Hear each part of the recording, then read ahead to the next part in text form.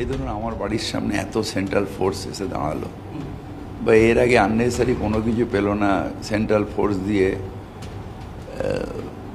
Central agency আমার বাড়ি red করলো। এই যে সারাদিন ধরে অত্যাচার, এটা তো আমার পাড়ার লোকেরা দেখছে।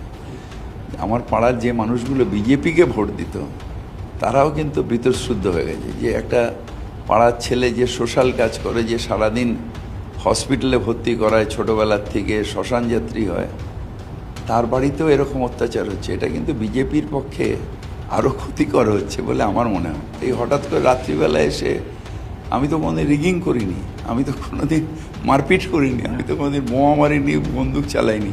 আর সবথেকে বড় কথা, ওখান থেকে এসে আমি তো পোর্টে দাঁড়িয়েছি, তো ওখানে তো থাকবোই না।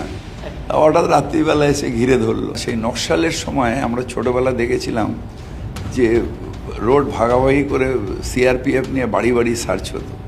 এখন